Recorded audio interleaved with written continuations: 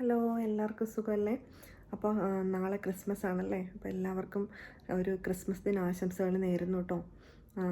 ഞാൻ ഒത്തിരി പ്ലാൻ ചെയ്തായിരുന്നു. പ്ലാനൊക്കെ ശരിക്കും ഫ്ലോപ്പായെന്ന് തന്നെ പറയാം. ഞങ്ങൾ സാധാരണ പിന്നെ ഗസ്റ്റിനെയൊക്കെ വിളിക്കണം എന്ന് എപ്പോഴും ആഗ്രഹിക്കും. അപ്പം ഡ്യൂട്ടി കഴിഞ്ഞ് വരുമ്പോഴത്തേക്കും പിന്നെ മടിയുടെ ആധിക്യം കാരണം ഗസ്റ്റിനെ വിളിക്കാനോ അവർക്ക് എന്താ പറയുന്നത് ഒരു പാർട്ടി പ്രിപ്പയർ ചെയ്യാനോ ഉള്ള ഒരു ഒരു ആരോഗ്യമില്ല, അല്ലെങ്കിൽ ഒരു മൂടല്ല, ശരിക്കും പറഞ്ഞാൽ ഒരു ക്ഷീണം വരും. അപ്പോൾ അതുപോലെ എനിക്ക് ഇപ്രാവശ്യം സംഭവിച്ചു. അങ്ങനെ എനിക്ക് ഒത്തിരി ആഗ്രഹങ്ങളുണ്ടായിരുന്നു. അവർക്ക് അപ്പം കൊടുക്കണം, അപ്പം, ചിക്കൻ കറി, ചിക്കൻ സ്റ്റൂ, ബീഫ് വളർത്തിയത്, കട്ട്ലറ്റ്, അങ്ങനെ പല പല വിഭവങ്ങൾ ഉണ്ടാക്കണം എന്നൊക്കെയായിരുന്നു എൻ്റെ പ്ലാന്. അൺഫോർച്ചുനേറ്റ്ലി എനിക്കത് സാധിച്ചില്ല. കാരണം ഡ്യൂട്ടി കഴിഞ്ഞ് വന്നപ്പോഴത്തേക്ക് എൻ്റെ മൂഡൊക്കെ വേറെ എന്താ പറയുന്ന ക്ഷീണമായിപ്പോയി. എങ്കിലും ഞാൻ എൻ്റെ കൂട്ടുകാരെ ആരും നിരാശരാക്കത്തില്ല. അവർക്ക് എപ്പോഴും ഞാൻ അവർക്ക് സൽക്കരിക്കുന്നത് എനിക്ക് ഒത്തിരി ഇഷ്ടമാണ്. പലപ്പോഴും ഇങ്ങനെയുള്ള പ്രശ്നങ്ങൾ കാരണം നടക്കുന്നില്ലെന്നേ ഉള്ളൂ. അവർ ന്യൂ ഇയറിന് ഞാൻ വിളിച്ചെന്തായാലും അവർക്കൊരു സദ്യയൊക്കെ കൊടുക്കും കേട്ടോ. അതെനിക്കിഷ്ടമാണ്. എല്ലാവർക്കും നമ്മൾ പൊതുവേ കേരളത്തിൽ എല്ലാവരും തന്നെ സൽക്കാരപ്രിയരാണ്. ഞങ്ങളുടെ നാട്ടിലേക്കൊക്കെ ആണെങ്കിൽ ഒന്നുകൂടെ എല്ലാവരും പറയും കണ്ണൂർ, കോഴിക്കോടുകാരൊക്കെ ഭയങ്കര സൽക്കാരപ്രിയരാണ്. ശരിക്കും ഞാനൊരു കണ്ണൂരുകാരിയാണ്. അതുകൊണ്ട് എനിക്ക് സൽക്കരിക്കാനൊക്കെ ഇഷ്ടമാണ്. പക്ഷേ എന്താണെന്ന് വെച്ചാൽ നമ്മുടെ സാഹചര്യങ്ങൾ കൊണ്ട് നമ്മൾ എന്താ പറയുക അത് മാറിപ്പോകുന്നു. ഹസ്ബൻഡാണെങ്കിൽ പറഞ്ഞാൽ നമുക്ക് പുറത്തുനിന്ന് വാങ്ങിച്ചാലോ, ഇവിടെ ഫുഡ് കിറ്റൊക്കെ കിട്ടും ഓരോ ഉത്സവത്തിനും.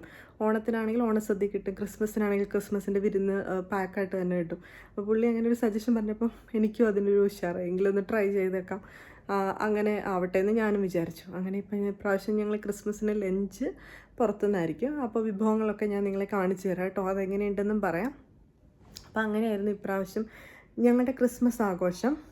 എങ്കിലും ന്യൂ ഇയർ ഞാൻ എല്ലാവർക്കും സെലിബ്രേറ്റ് ചെയ്യും കേട്ടോ. അപ്പോൾ ക്രിസ്മസിന് എല്ലാവരും സന്തോഷമായിട്ടിരിക്കുക, സമാധാനത്തോടെ എല്ലാവരും സെലിബ്രേറ്റ് ചെയ്യുക. ജാതി മതഭേദമന്യേ അല്ലേ, എല്ലാവരും ഒരുമിച്ച് ആഘോഷിക്കുക. കാരണം സമാധാനത്തിൻ്റെ, സ്നേഹത്തിൻ്റെ ഒരു ഉത്സവമാണല്ലോ ക്രിസ്മസ് എന്ന് പറയുന്നത്. ക്രിസ്മസ് മാത്രമല്ല, നമ്മുടെ കേരളത്തിൽ നമ്മൾ ഓണം എല്ലാവരും സെലിബ്രേറ്റ് ചെയ്യും അല്ലേ. ഓണം, വിഷു, അതുപോലെ ക്രിസ്മസ്, പെരുന്നാൾ, റമദാനൊക്കെ വരുമ്പം നമ്മൾ നമ്മുടെ ഫ്രണ്ട്സിൻ്റെ വീട്ടിൽ ഇഫ്താർ വിരുന്നിനൊക്കെ പോകാറുണ്ട്. അപ്പോൾ അങ്ങനെ ഒരുമിച്ച് നമ്മൾ ഒരുപോലെ സ്നേഹിച്ച് സൗഹൃദം പങ്കെടുക്കുമ്പോഴാണ് ഓരോ ഉത്സവത്തിനും അതിൻ്റേതായ മാധുര്യം വരുന്നത്. നിങ്ങൾക്ക് തോന്നിയിട്ടുണ്ടോ അത്? അപ്പോഴാണ് നമ്മുടെ നാട് നമ്മുടെ നാടാവുന്നത്.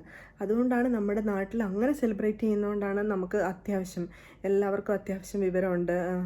നമ്മളെല്ലാവരും തന്നെ ക്വാളിഫൈഡ് ആണ്, എഡ്യൂക്കേറ്റഡ് ആണ്. അപ്പോൾ അതുകൊണ്ട് നമ്മൾ ആ സൗഹൃദത്തിന് വില കൽപ്പിക്കുന്നു അല്ലേ.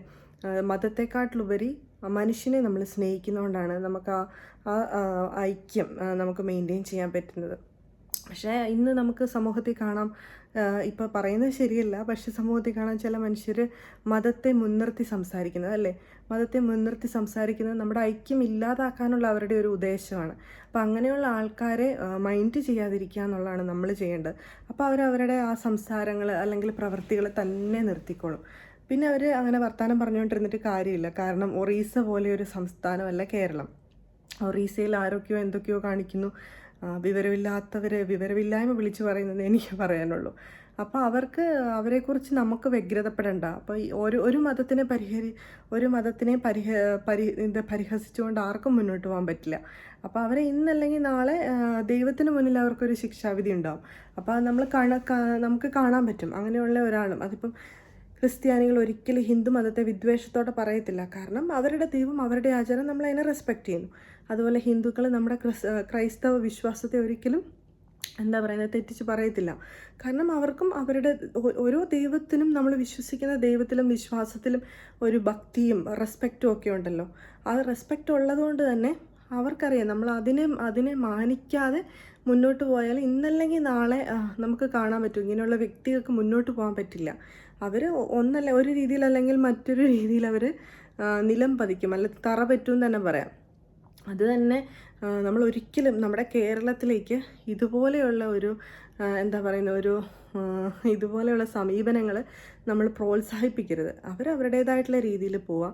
പക്ഷെ നമുക്ക് നമ്മുടെ ഐക്യം, നമ്മുടെ മതസൗഹാർദ്ദം ഒക്കെ നമ്മൾ മുന്നോട്ട് പോകണം, അതിനെ പ്രോത്സാഹിപ്പിക്കണം, ചേർന്ന് ഉത്സവങ്ങൾ ആഘോഷിക്കണം. ഏത് ഉത്സവമാണെങ്കിലും നമ്മൾ ഒരുമിച്ച് ആഘോഷിക്കണം. അപ്പം നമുക്ക് സൗഹൃദം ഉണ്ടാവും, സാഹോദര്യം ഉണ്ടാവും, സ്നേഹം ഉണ്ടാവും. അപ്പോൾ ഒരു കാര്യം, ഒരു ആവശ്യം വന്നാലും നമ്മളെ കയ്യെത്തി പിടിക്കാൻ നമ്മുടെ അയൽവക്കത്ത് ഒരാളുണ്ടാവും. അത് മതം നോക്കിയിട്ടല്ല നമ്മൾ സഹായിക്കുന്നത് അല്ലേ. മനുഷ്യനെ നോക്കിയിട്ടാണ് നമ്മൾ സഹായിക്കാൻ പോകുന്നത്.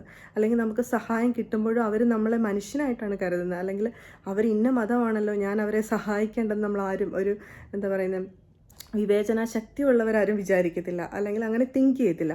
അങ്ങനെ തിങ്ക് ചെയ്യുന്നവരെ ശരിക്കും മത തീവ്രവാദികൾ എന്ന് പറയും.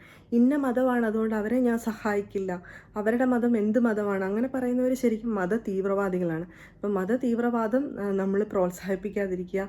എല്ലാ മതങ്ങളെയും എല്ലാ മനുഷ്യരെയും മനുഷ്യരായിട്ട് സ്നേഹിക്കുക. മതം പുറകെ നിൽക്കുക. മതം നമ്മൾ വിശ്വസിക്കുന്ന മതത്തിൽ നമ്മൾ പ്രാർത്ഥിക്കുക എന്നുള്ളൂ. പക്ഷേ മനുഷ്യനെ മതത്തിൻ്റെ പേരിൽ മാറ്റി നിർത്താതിരിക്കുക. അപ്പോൾ എല്ലാവർക്കും ഒരിക്കൽ കൂടി ഞാൻ ക്രിസ്മസ് ആശംസകൾ പറയുവാണ്. എല്ലാവരും നന്നായിട്ട് എൻജോയ് ചെയ്യൂ. എനിക്ക് അത്രയൊക്കെയുള്ളൂ പറയാൻ. അപ്പോൾ ബായ്.